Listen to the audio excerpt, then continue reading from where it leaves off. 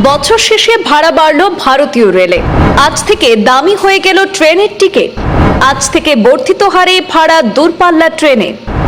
Mail express ট্রেনের AC এবং non AC কামরার যাত্রীদের 215 কিলোমিটারের পর থেকে প্রতি কিলোমিটারে 2 পয়সা করে অতিরিক্ত ভাড়া। নতুন নিয়মে 500 কিলোমিটার যাত্রাপথে 10 টাকা অতিরিক্ত দিতে হবে। তবে লোকাল ট্রেনের ভাড়া বাড়ানো হচ্ছে না। 215 কিলোমিটারের নিচে ভ্রমণ করলে কোনো অতিরিক্ত ভাড়া দিতে হবে না। মান্থলি টিকিটের দামেও কোনো পরিবর্তন আসবে না বলে নিশ্চিত করেছে ভারতীয় রেল। আজ থেকে অর্থাৎ আজ 26 ডিসেম্বর থেকে চালু হচ্ছে ট্রেনের নতুন ভাড়া। চলতি মাসে ভারতীয় রেলওয়ে ট্রেনের ভাড়া বৃদ্ধি করার ঘোষণা করেছিল। আজ 26 ডিসেম্বর থেকে এই নতুন ভাড়া কার্যকর হচ্ছে। এর আগে জুলাই মাসেও ট্রেনের ভাড়া বৃদ্ধি করা হয়েছিল।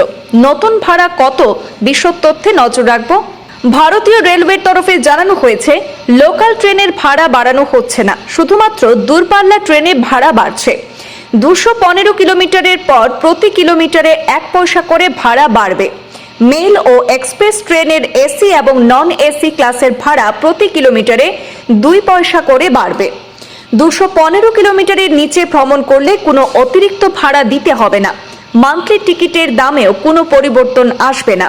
তবে যারা সেকেন্ড ক্লাসে যাতায়াত করবেন তাদের 216 কিলোমিটার থেকে 750 কিলোমিটার দূরত্বে যাতায়াতের ক্ষেত্রে 5 টাকা অতিরিক্ত লাগবে। 751 কিলোমিটার থেকে 1250 কিলোমিটার দূরত্বের মধ্যে যাতায়াত করলে 10 টাকা অতিরিক্ত লাগবে।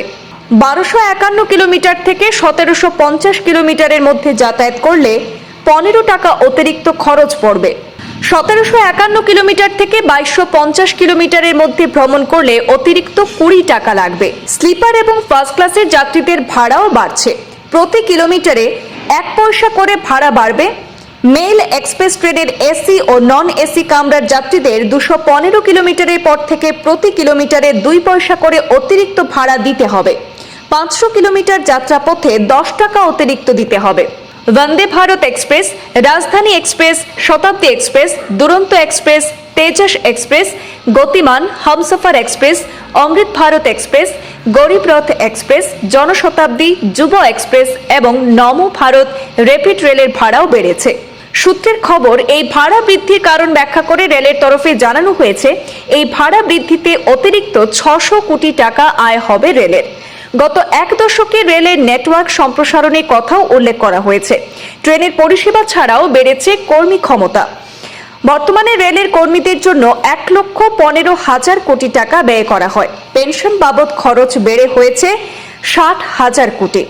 রেলের মতে যাত্রী সুরক্ষায় রেলের এই পদক্ষেপ, কিন্তু এর মধ্যে বিভিন্ন মহলে প্রশ্ন উঠছে যে আগের বার ভাড়া বাড়ানোর সময়ও একই প্রতিশ্রুতি দেওয়া হয়েছিল, কিন্তু বাস্তবে একেবারেই অন্য চিত্র ধরা পড়েছে। একের পর এক দুর্ঘটনার সম্মুখীন হয়েছে রেল। এবার ব্যতিক্রমী কিছু হবে কিনা এই নিয়ে সন্দেহ থেকেই যাচ্ছে।